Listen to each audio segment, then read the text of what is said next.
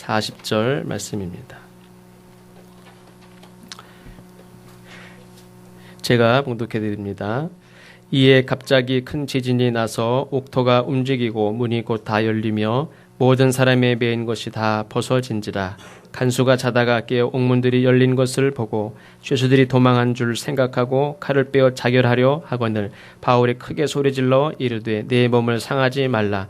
우리가 다 여기 있노라 하니 간수가 등불을 달라고 하며 뛰어 들어가 무서워 떨며 바울과 실라 앞에 엎드리고 그들을 데리고 나가 이르되 선생들이여 내가 어떻게 하여야 구원을 받으리이까 하거늘 이르되 주 예수를 믿으라. 그리하면 너와 내 집이 구원을 받으리라 하고 주의 말씀을 그 사람과 그 집에 있는 모든 사람에게 전하더라.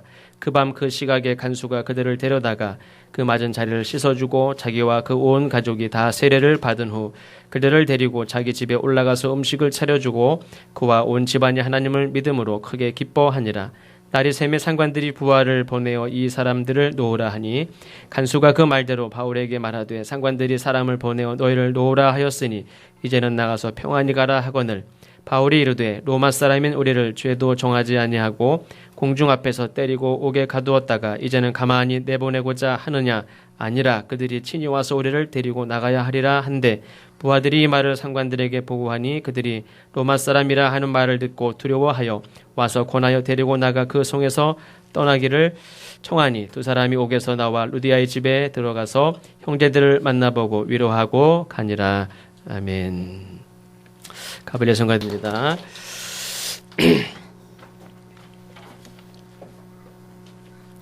교회 소식 먼저 말씀드립니다. 보고 있습니다. 맨 처음에 사도행전 말씀을 함께 나누게 된 것은 사도행전의 그런 나타난 초대교회의 역사가 많은 교회들도 그렇지만 우리 성림교회에도 이러한 좋은 아름다운 또 하나님의 귀한 일들이 우리 교회에서도 있기를 바라는 마음으로 말씀을 나누고 있습니다. 지난주에 바울과 실라가 사람들의 선동에 의해서 어떤 선동이냐면 로마 사람들이 받지도 못하고 행하지도 못할 풍속을 전한다 하면서 사람들을 선동하고 고발하고 그래서 붙잡혀서 매를 많이 맞고 감옥에 갇혔습니다. 사실은 고발을 당한 속 사정은 어떤 이상한 풍속을 전한다 하는 그게 아니라 여러 사람에게 돈을 벌어다 주는 직접 벌어다 주는 건 아니지만 귀신 들린 여자아이를 데리고 주인 노릇하는 사람들이 돈을 많이 벌었다고 그랬죠. 근데 귀신 들린 여자아이를 불쌍히 여기는 마음으로 귀신을 쫓아냈습니다.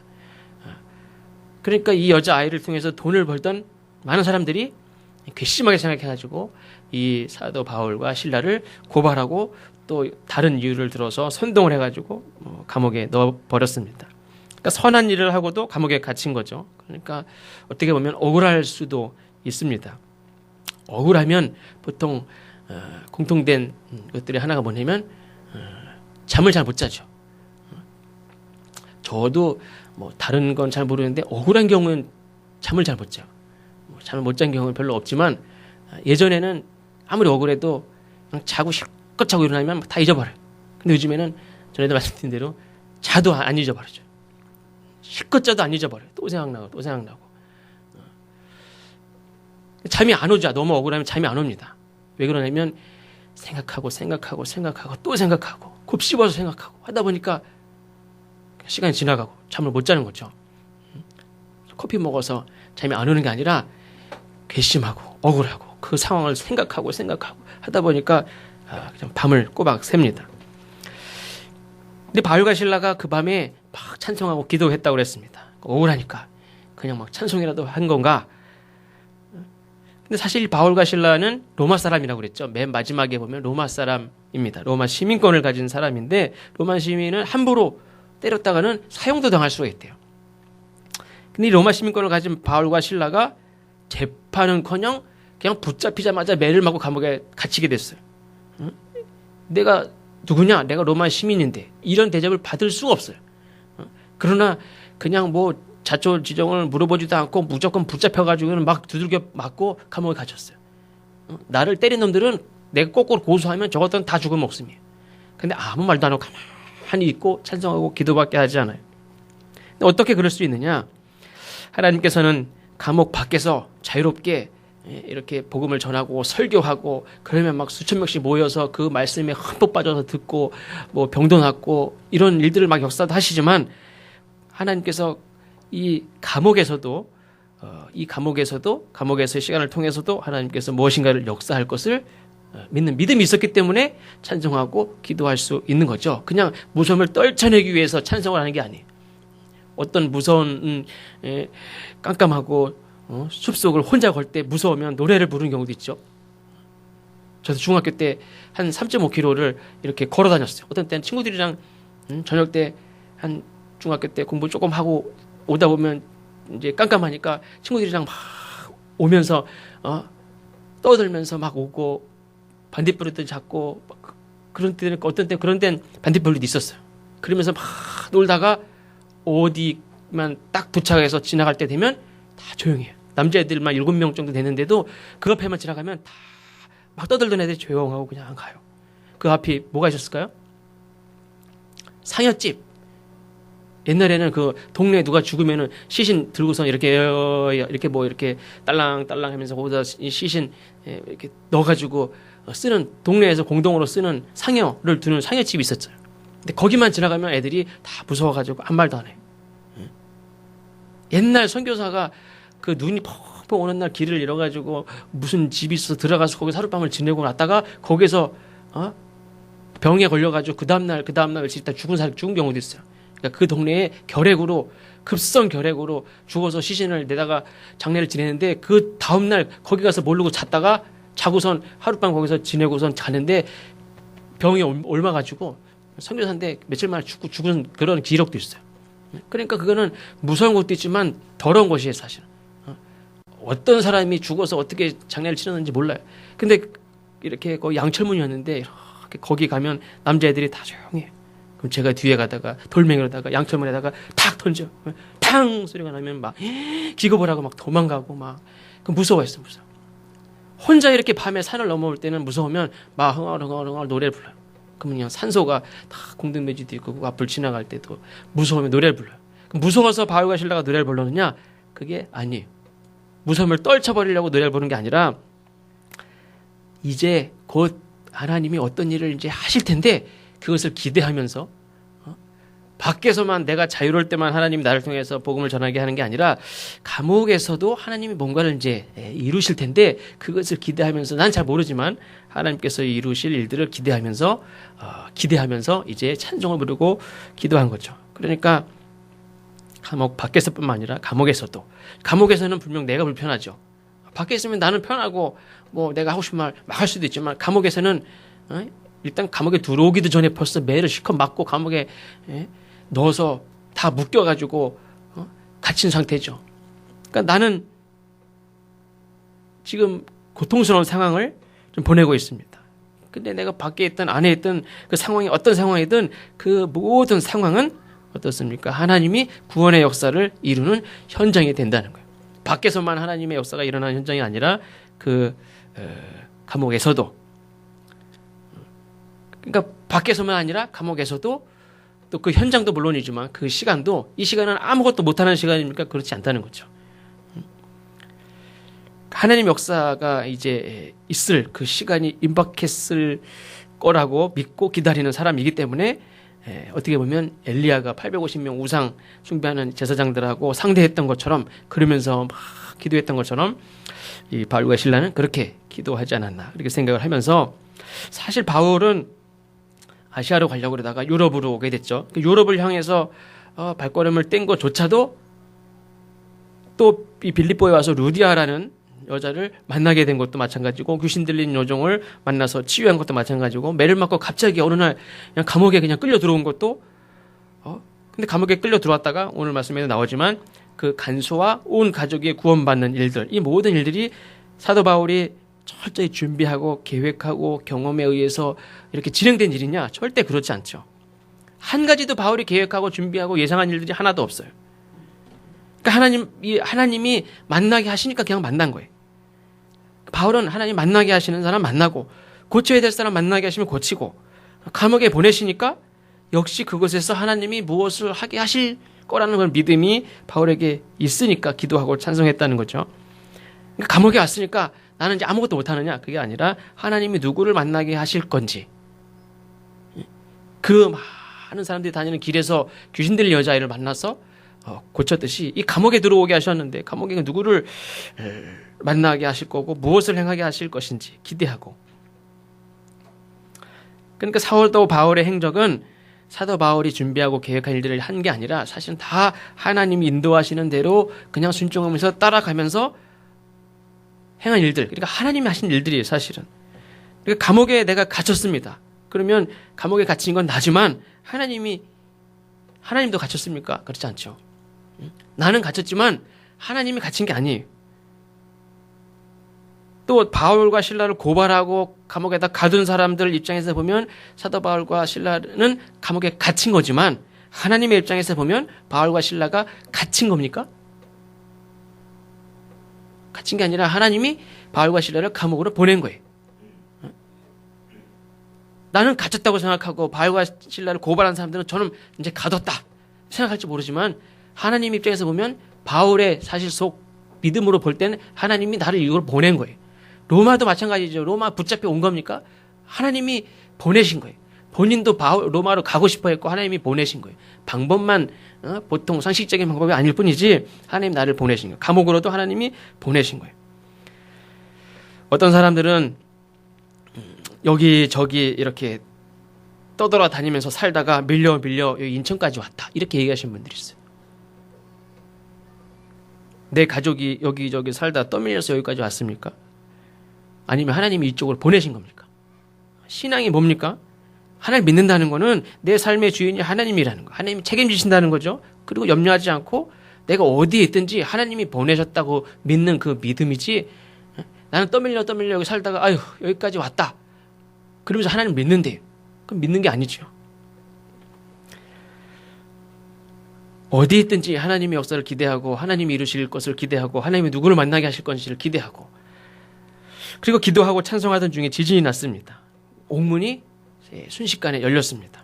이렇게 또 바울과 실라뿐만 아니라 모든 죄수들의 매인 것이 다 풀어졌다 그랬습니다. 그때 간수는 죄수들이 당연히 도망갔을 것으로 여기고 칼로 그냥 자결하려고 했습니다. 그러니까 당시 법으로는 자기가 지키던 죄수를 놓치면 그 죄수가 받은 형벌대로 그대로 받는다고 그러죠. 근데 여기가 죄수가 한 명이 아니죠. 여러 명이 있었습니다. 옥문이 누가 하나 열고 하나 도망가는 게 아니라 그냥 지진이 나가서 옥문이 다 열렸어요. 모든 죄수들이 묶인 게 다 풀어졌어요. 그런데 누가 거기서 남아있겠습니까? 이때가 기회다. 옥문이 흔들리고 옥문이 다 열리고 묶인 게 다 풀어질 정도니 그 지하 감옥에 켜놨던 등불들이 다 꺼졌고 나중에 보면 등불을 들고 막 뛰어들어온 거 보면 깜깜한 상태야. 그러니 누가 도망가고 누가 남았는지 어떻게 합니까? 그냥 도망가면 끝이지 그 밤에. 다 도망갔다고 생각을 하고 한두 놈도 아니고 다 도망갔을 건데 그건 뭐 잡아도 소용이 없어요.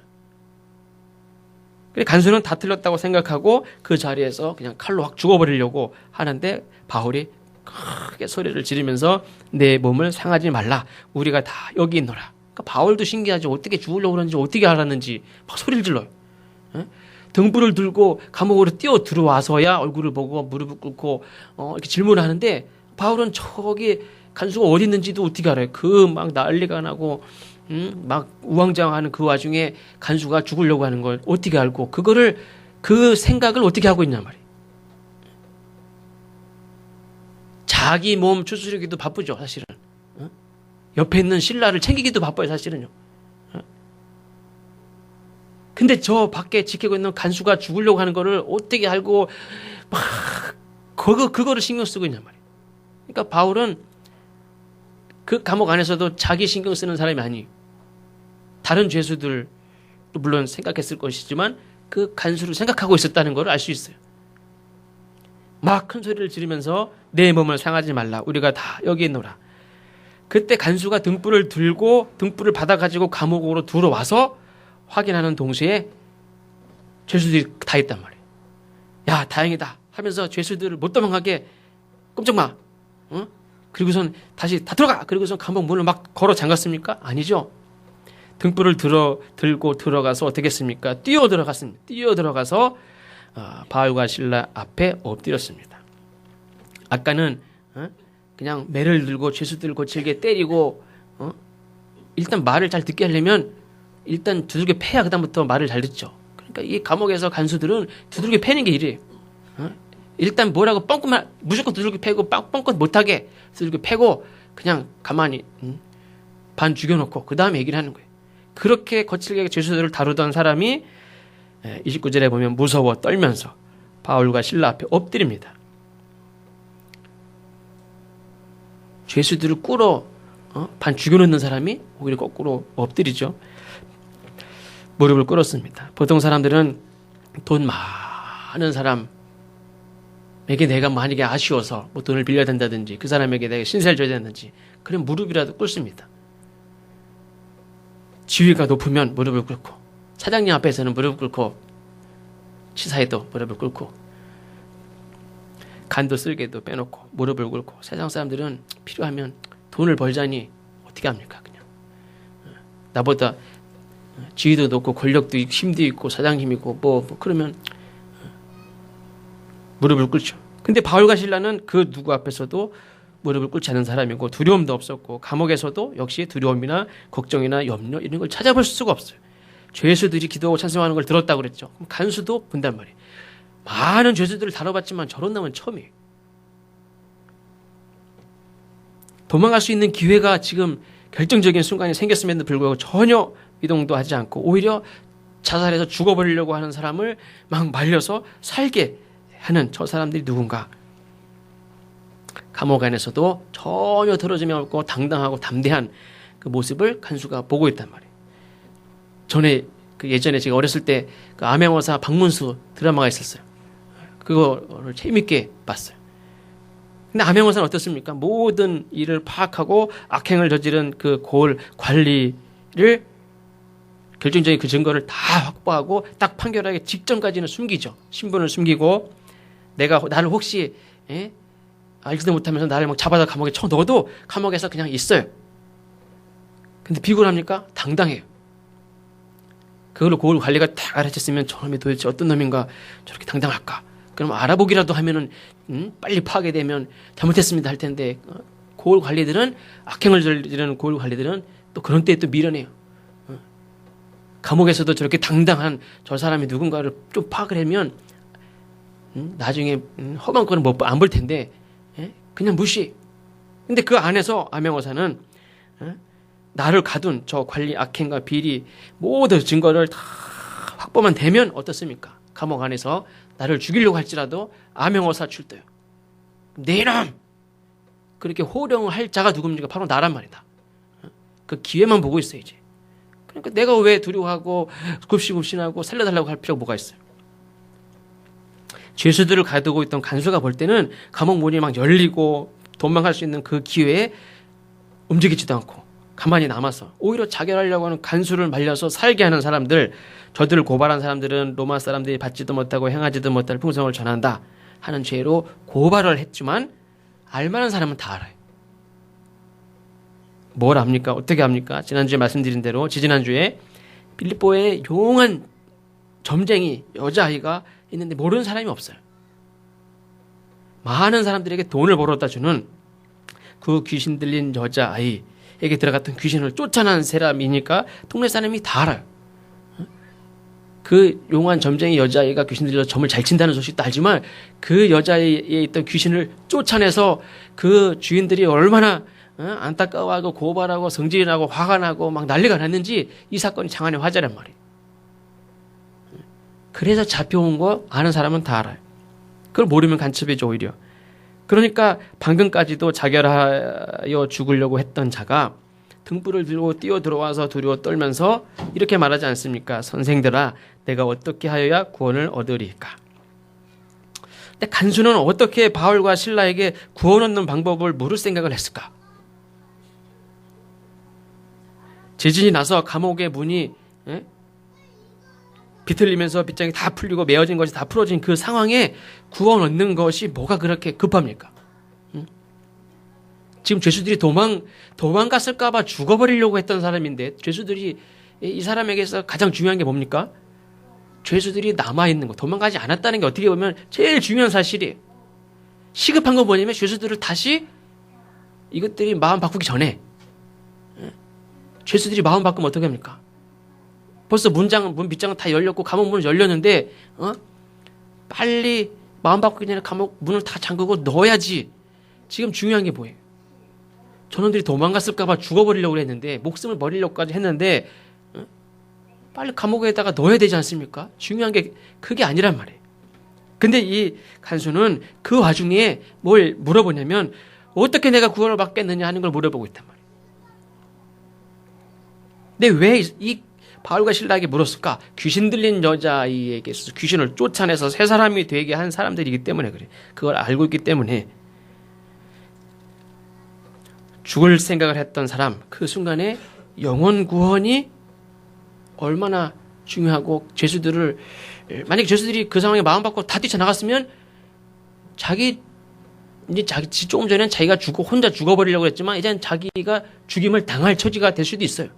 근데 그게 중요한 게 아니라 간수에게 있어서는 구원, 내가 죽든지 사는지 그게 중요한 게 아니에요. 지금 육신의 죽음과 사는 게 중요한 게 아니라 구원이 중요하다는 사실이 갑자기 이 사람 마음속에 가지게 됐어요.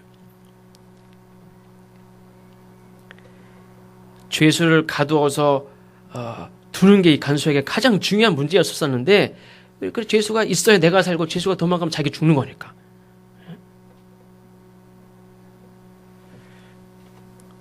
그런데 이 간수에게 있어서 가장 중요한 사실이 뭐냐면 어떻게 구원을 얻는가 하는 것으로 바뀌었어요. 그러니까 중요한 게 예수 믿는다는 건 뭡니까?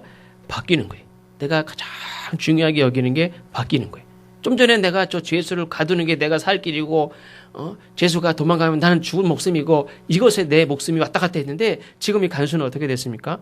중요한 게 바뀌었어요. 죄수가 감옥에 들어갔든 나왔든 도망갔든 내가 그 일로 인해서 내가 죽든 살든 상관없이 가장 중요한 이 순간에 반드시 짚고 넘어가야 되는 그 문제가 생겼는데 그게 뭐냐면 내 영혼이 구원받느냐 안 받느냐. 내가 그 얘기를 지금 이 사람이랑 하다가 나머지 죄수들이 도망가면 자기는 죽을 목숨이 죽어야 돼요. 그래도 상관이 없는 거예요 지금. 뭐가 제일 중요한 문제냐면 내 영혼이 어떻게 구원을 받느냐가 그건 내일 얘기해도 되지 않습니까? 근데 왜 그걸 지금 얘기하냔 말이에요. 그만큼 이 사람에게는 그게 더 중요한 문제로 자기에게 다가온 거예요. 죽어도 상관없을 만큼.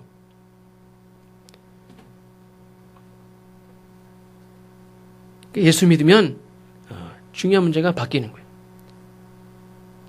가장 중요한 건 내 영혼이 구원 받았느냐. 어떻게 내가 구원 받을 것인가 하는 거예요. 내가 지금 병이 들어서 6개월 남아서 죽는다고 할지라도 그게 중요한 게 아니고 내 영혼이 구원 받느냐. 그게 제일 중요하다는 거예요. 금요일날 밤에 11시에 저희 처 고모님이 위독하시다고 전화가 왔어요.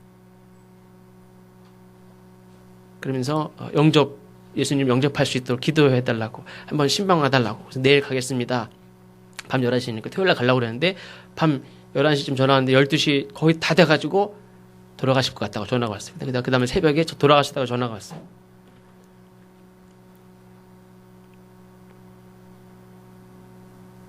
내 육신, 그 따님이 또 그 며느님 되시는 분이 어머니를 위해서, 시어머니를 위해서 그렇게 기도해달라고, 영접할 수 있게 해달라고 기도해달라고 그렇게 기도했는데 어떻게 이렇게 하고 돌아가셨는지는 모르겠어요. 오후에 대구에를 장례식장 갔다 오려고 그러는데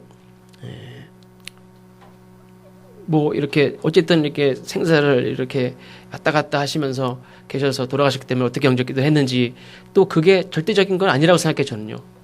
내가 볼 때 영접한 것 같다고 그게 저기 가셨고 내가 볼 때 아닌 것 같으니까 지옥을 가셨을 거고 그거 우리가 판단할 수 있는 게 아니에요. 우리는 최선을 다할 뿐이에요. 그렇게 내가 지금 조금 전까지만 해도 죽어버리려고 했던 사람이 그거 다 상관없이 영혼 구원 지금 이 순간에 그거를 해결하려고 질문합니다. 어떻게 해야 내가 구원을 받습니까? 그때 바울이 간수에게 주 예수를 믿으라. 그리하면 너와 내 집이 구원을 얻으리라. 주 예수를 믿으면 어떻게 됩니까? 구원을 받습니다. 그리고 더 나가서 어떤 일이 있습니까? 너와 내 집이 구원을 얻으리라. 나는 내가 예수님을 처음 믿었지만 그 가족도 결국엔 구원을 받게 될 것이다 하는 말씀이에요. 내가 예수님을 믿게 되었으니 내 가족이 이제 모두 구원을 받게 될 것을 믿으십니까? 하나님 주신 말씀이니까 그걸 내가 받으면 되는 거예요. 그렇게 믿고 내가 신앙생활 잘하고 그렇게 참 노력을 하고 기도하고 전하고 섬기고 너와 내 집이 구원을 얻으리라. 나만 구원받는 게 아니에요. 내 가족 중에 구원받지 못한 가족이 있을지라도 이 말씀을 의지해서 기도하시기를 바랍니다. 저희 아버지도 말씀드리면 저희 가족들 큰아버지 뭐 고모 한 번도 안 믿으셨어요. 전에도 말씀드렸죠. 저희 할머니 저 할아버지 추도식에 가면 1부 제사 2부 예배 그렇게 했어요. 어느 순간부터 큰아버님이 저희 큰아버지가 오늘로 1부 제사 2부 추도식은 오늘로 끝이다. 내년부터는 추도식만 한다. 그래가지고 그 기간이 거의 30년 이상 걸렸대요. 그러면서 지금은 전에도 말씀드렸죠. 넷째 큰아버님은 담배인상공사 다니시다가 퇴직했는데 그분은 평생 담배 피시고 새벽기도 가실 때도 피시고 갔다 오셔도 피시고 그러면서도 새벽 예배도 다 다니시고 근데 다 이제는 그러면서 조금씩 이렇게 다 바뀌시고 모든 큰아버님 뭐 사촌들도 이제 형수님들도 큰어머님들도 이제 거의 다 다니셔요. 그게 오늘 갑자기 된 게 아니라 오래 기간이 그래도 시간이 걸렸어요. 그러나 예수 믿는 가족들이 끝까지 그렇게 전생을 잘 하면 그리고 이 아이들이 결국에는 자녀들이 교회를 다니니까 다 부모님들도 다 결국엔 다 다니시더라고요. 그러니까 조카들 이렇게 집안이 모이면 조카 교회 잘 다니는 조카들 있잖아요. 잘 칭찬해주고 용돈도 주고 교회 잘 다니라고 그러고 자꾸 해야지. 결국에는 그래야 이게 부모님들도 할머니 할아버지들도 다 바뀌고 어떻게 해서든지 가까운 교회라도 다니라고 그러고 친구 따라 강당 가듯이 가더라도 자꾸 교회를 다녀야 그게 교회와 가까워져야 돼.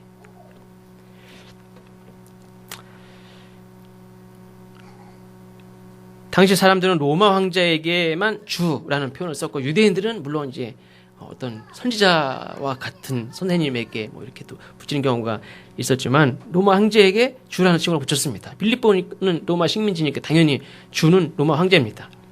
근데 예수 그리스도 앞에 주라고 붙인 것은 진정한 주인은 예수님이라는 거예요. 이 로마 사람들한테 지금 얘기하는 거예요. 로마 사람들한테 주인이 로마 황제가 주인이 아니라 진정한 주인은 예수님이라는 거예요. 너희들은 황제를 섬기지만 예수님을 섬기라는 거예요. 예수님을 믿으라는 거예요. 예수 믿는다는 거는 내가 귀신을 주인으로 섬겼다면 귀신이 이제 주인이 아니에요. 자기 삶에 자기 자신이 주인 노릇을 해야 되면 이제 내가 주인이 아니라 예수님이 주인으로 모시고 살아야 된다는 거예요. 그래서 예전에 어머님 세대들은 교회 나올 때 만약에 신주단지 모셔놓고 뭐 귀신을 섬겼다면 예수 믿으면 최소한 그걸 깨고 불지르고 그리고선 중심으로 우리 집 주인은 이제 귀신이 아니다. 혹시 그래도 벌벌벌 떨면서도 주인이 아니라는 거를 확실하게 도장을 찍고 나왔어요. 지금 어떻습니까? 그게 없이 그냥 주인 개념이 없어요. 이제 주인이 바뀌었다는 개념 없이 그냥 교회를 다니는 사람이 많아요. 교회를 10년 다녔어도 주인이 바뀌지 않은 사람들이 너무 많아요. 여전히 내가 주인이고 세상에 믿을 만한 것들이 다 주인 노릇하는 그렇게 그 밑에서 벌벌거리면 사는 사람이 많단 말이에요. 그냥 교회만 다니는 거죠. 그때 간수는 바울과 실라에게 고맙습니다. 나중에 꼭 식사 한번 하시죠. 그러면서 잠깐 이제 들어가시죠 감옥에. 그랬습니까? 그게 아니죠. 그 즉시 매를 맞아가지고 상처난 부위를 씻어주고 자기 가족들 다 세례받게 하고 자기 집으로 데려가가지고 음식을 차려서 대접하니까 온 집안이 다 기뻐했다 그랬습니다. 이 모든 일이 그날 밤에 일어난 일이. 아까도 말씀드린 대로 내가 죄수들이 도망갔다고 생각하고 죽어버리려고 했던 사람이니까 중요한 건 죄수들이 감옥에 그대로 있어줘야 되죠. 그래야 다음 후일을 기약하고 그럴 거 아닙니까? 근데 간수는 예수님을 믿는 그 순간 바울이 전한 말씀 주 예수를 믿으라 그리하면 너와 내 집이 구원을 얻으리라 하는 말씀을 기다리지 않고 즉시 받죠. 어떻게 받습니까? 말씀 받는 순간 예수님을 믿었죠. 그 즉시 가족을 당장 데리고 와서 세례를 받게 합니다. 그리고 이 바울과 실라를 살길 구하지 않고 오히려 자기를 살린 이 바울과 실라를 대접하는 일까지. 이 간수의 신앙은 뭡니까? 생각하고 묵상하고 여기에 그치는 신앙이 아니라 행동으로 그냥 그 즉시 옮겨가지고 주신 말씀을 받는 사람이, 자기 걸 만드는 사람. 너와 내 집이 구원 얻으리라. 내일 앞으로 시간 좀 내서 우리 가족들 한번 만나보시죠. 우리 집에 한번 초청하겠습니다. 그게 아니라 그날 밤으로 그냥 가족들 다 데리고 와서 세례받게 하고 온 가족이 대접하고 교제를 나누는. 그래서 그 즉시 그냥 모든 가족이 구원을 받는 일이 생깁니다. 그러니까 말씀을 받은 것을 그냥 받은 것으로 끝나면, 행하지 않으면 그 모든 말씀은 결국에는 내가 그 말씀을 언제 받았던가 하듯이 그 말씀이 다 안개같이 사라져요. 행하지 않은 말씀은 어떻게 된다고 그랬죠? 모래 위에 지은 집과 같다 그랬습니다. 헛수고라는 거예요. 헛수고. 수백 개의 말씀을 외우고 깨닫고 알아도 행하지 않으면 헛수고라는 거예요. 에이, 그래도 남는 게 있겠지. 모래 위에 지은 집이라는 거예요. 신화생활 20년 했어도 그동안 받은 말씀을 그 말씀으로 받을 때는 그렇구나. 그리고는 그 단계도 있죠. 그런데 그거를 행하지 않고 내 삶에 적용하지 않고 내 피와 살이 되지 않으면 헛수고라는 거예요.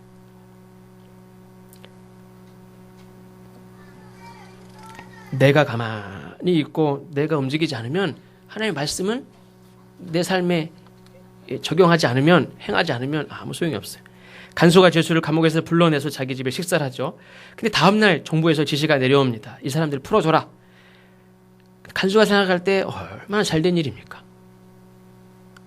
그렇지 않다면 분명 식사는 대접을 했겠지만 다시 바울과 실라를 감옥에 넣고 감시해야 되는 상황이 되죠. 그럼 얼마나 불편하겠어요. 자기 힘으로 이 사람들을 뭐 마음대로 풀어줄 수 있는 것도 아니고, 근데 풀어주라고 하니까 얼마나 다행입니까? 그래서 그대로 전하죠. 평안히 가라. 지시가 내려왔습니다. 풀어주랍니다. 이제 평안히 가십시오. 아니 근데 바울이 안 간다는 거예요. 그러면서 바울은 그때까지 밝히지 않았던 것을 밝히죠. 내가 로마 시민이다 하는 걸 그때 밝힙니다. 그러면서 로마 시민인 나를 죄도 정하지도 않고 공중 앞에서 그냥 무조건 때리고 옥에 가둬왔다가 이제 와서 조용히 그냥 몰래 나를 내보내려고 그래? 나 못 나가.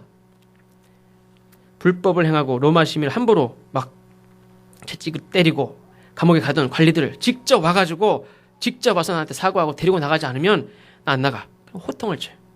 그때 관리들이 두려워서 벌벌벌 떠서 이거 자세히 파악도 안 하고 막 두들겨 팼으니 큰일 날 일이죠. 벌벌벌 떨면서 와가지고 제발 나가달라고 부탁을 해서 이제 바울을 실라가 감옥을 나갑니다. 왜 로마 시민인 걸 굳이 밝혔을까? 제 생각으로는 이 빌립보 교회는 그냥 시덥지 않은 그냥 유대인들이나 모여서 예배드리는 곳이구나, 그게 아니라는 것을 밝혀둘 필요도 있을 것 같아요. 이 빌립보 교회가 사실은 몇 명 되지도 않는 그런 사람들이지만, 여자들이 주로 많고 그냥 모임이지만 여기는 로마 시민인 사람들도 있다는 거예요. 그리고 이미 지금 함부로 해가지고 지금 빌미가 딱 잡혔죠. 그러니 빌립보 교회를 나중에라도 함부로 못 하죠 이제.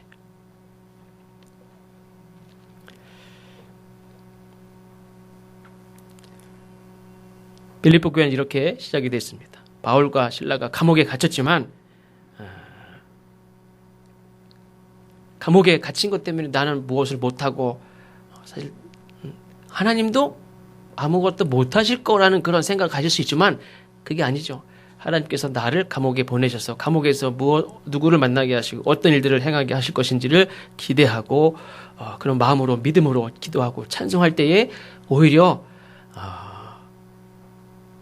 감옥에 갇힌 사건보다도 훨씬 놀라운 사건이 여기서 만들어졌죠. 그러면서 이 사건은 관리들이나 또 이 간수를 통해서 간수의 온 가족이 예수 믿게 되면서 이 사건, 바울과 실라가 이런 일들 때문에 감옥에 갇혔음에도 불구하고 옥이 다 문이 열려가지고 다 도망갈 수 있는 상황인데 자기 도망가지 않고 간수를 살리고 복음을 전하고 예수 믿게 된 이 사건, 이거는 이 장안의 화제가 되고 얼마나 놀라운 사건이 됐는지 몰라요. 근데 만약에 거기서 그냥 조용히 하나님이 풀어주시겠지, 그냥 하룻밤 자고 그냥 니네 풀어줘라, 잘됐다, 조용히 나왔으면 증거될 일이 하나도 없어요.